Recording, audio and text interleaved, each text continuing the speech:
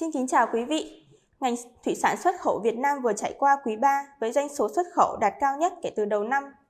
Các doanh nghiệp thủy sản hiện đang ở tháng đầu của quý cuối năm với kỳ vọng là sẽ đạt được kết quả vượt trội hơn so với năm 2023. Hôm nay, chúng tôi xin trao đổi với bà Lê Hằng, Giám đốc truyền thông Hiệp hội VASEP về những điểm nhấn trong xuất khẩu thủy sản 9 tháng vừa qua và những điểm nhấn, những đánh giá về xu hướng quý cuối năm. Thưa bà, quý 3 có sự bứt phá ấn tượng trong xuất khẩu thủy sản với doanh thu đạt 2,8 tỷ đô la, tăng 11% so với cùng kỳ năm ngoái. Bà có thể chia sẻ chi tiết hơn về những yếu tố chính đã đóng góp vào thành công này. Quý 3 thực sự là một giai đoạn đáng ghi nhớ với lại sự phục hồi mạnh mẽ từ các thị trường nhập khẩu chính. Hai thị trường lớn là Mỹ và Trung Quốc đã đóng cái vai trò rất là quan trọng trong việc đưa xuất khẩu thủy sản Việt Nam trở về cái quỹ đạo tăng trưởng thông thường như những năm trước Covid.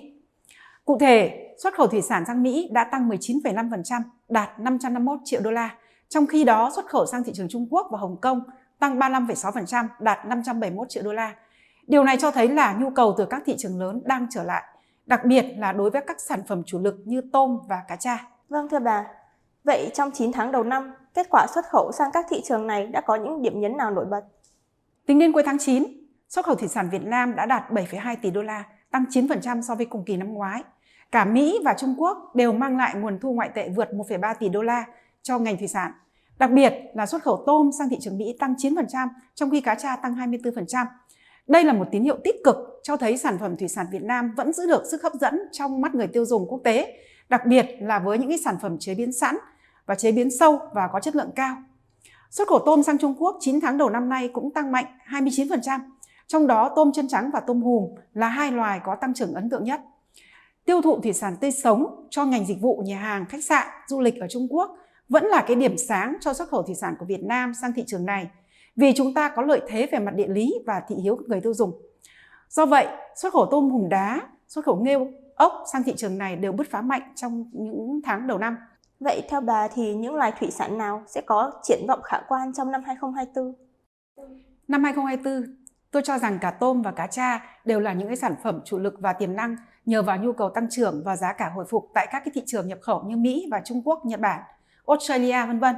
Đến cuối tháng 9, xuất khẩu tôm đạt trên 2,8 tỷ đô la, tăng 11% và cá tra đạt gần 1,5 tỷ đô la, tăng 8,3%. Ngoài ra, xuất khẩu cua ghẹ và nhuyễn thể cũng ghi nhận sự tăng trưởng mạnh mẽ. Cụ thể là xuất khẩu cua ghẹ trong quý 3 đã tăng 59%, đạt 228 triệu đô la, chủ yếu nhờ xuất khẩu sản phẩm cua sống sang thị trường Trung Quốc tăng mạnh. Xuất khẩu nhuyễn thể có vỏ 9 tháng đầu năm nay đạt 147 triệu đô la, tăng 50% so với cùng kỳ năm ngoái. Trong đó, riêng mặt hàng nghêu đã chiếm 50% với 73 triệu đô la, tăng 19%. Ngoài ra, xuất khẩu hàu, điệp, ốc năm nay cũng đều tăng trưởng tốt. Vâng thưa bà, vậy còn tình hình xuất khẩu cá ngừ và mực bạch tuộc thì sao ạ? Xuất khẩu cá ngừ đã có một cái khởi đầu khả quan với mức tăng trưởng 23% trong nửa đầu năm, nhưng sang quý 3, mức tăng chỉ còn 9%. Đặc biệt là trong tháng 9, giá trị xuất khẩu cá ngừ rơi xuống mức thấp nhất kể từ đầu năm do cái quy định mới về kích thước tối thiểu khiến cho ngư dân gặp khó trong cái việc khai thác. Trong khi đó, xuất khẩu mực bạch tuộc thì giảm nhẹ 3% do cái sự suy giảm trong nguồn nguyên liệu và sức tiêu thụ sụt giảm. Các cái quy định về chống khai thác IUU cũng đang ảnh hưởng đến hoạt động xuất khẩu của cái nhóm sản phẩm này. Vậy bà đánh giá như thế nào về triển vọng về quý 4 và cả năm 2024? Kết quả xuất khẩu quý 4 sẽ phụ thuộc nhiều vào các cái yếu tố, trong đó có cái kết quả thanh tra IUU từ EU và quyết định về thuế chống trợ cấp đối với lại tôm xuất khẩu sang thị trường Hoa Kỳ. Nếu mà không có những cái biến động lớn và những cái khó khăn như thế, như là vấn đề thẻ vàng IUU thì không dẫn đến cái kịch bản tiêu cực, thì tôi tin rằng là xuất khẩu thủy sản có thể tiếp tục tăng trưởng tích cực. Dự kiến là năm 2024, xuất khẩu thủy sản sẽ mang về khoảng 9,5 tỷ đô la, tăng 7% so với năm 2023. Cuối cùng thì bà có thể chia sẻ thêm về những thách thức mà ngành thủy sản Việt Nam đang phải đối mặt trong thời gian tới không ạ? Chắc chắn rồi.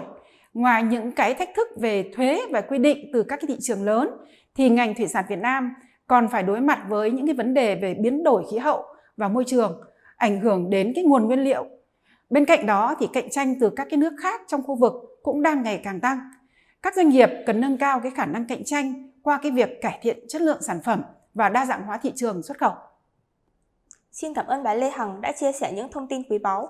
Cảm ơn quý vị đã lắng nghe và quan tâm theo dõi bản tin thị trường thủy sản của VASEP. Hy vọng rằng những thông tin này sẽ giúp quý vị hiểu rõ hơn về tình hình xuất khẩu thủy sản Việt Nam và những triển vọng trong tương lai. Hẹn gặp lại quý vị trong các bản tin tiếp theo.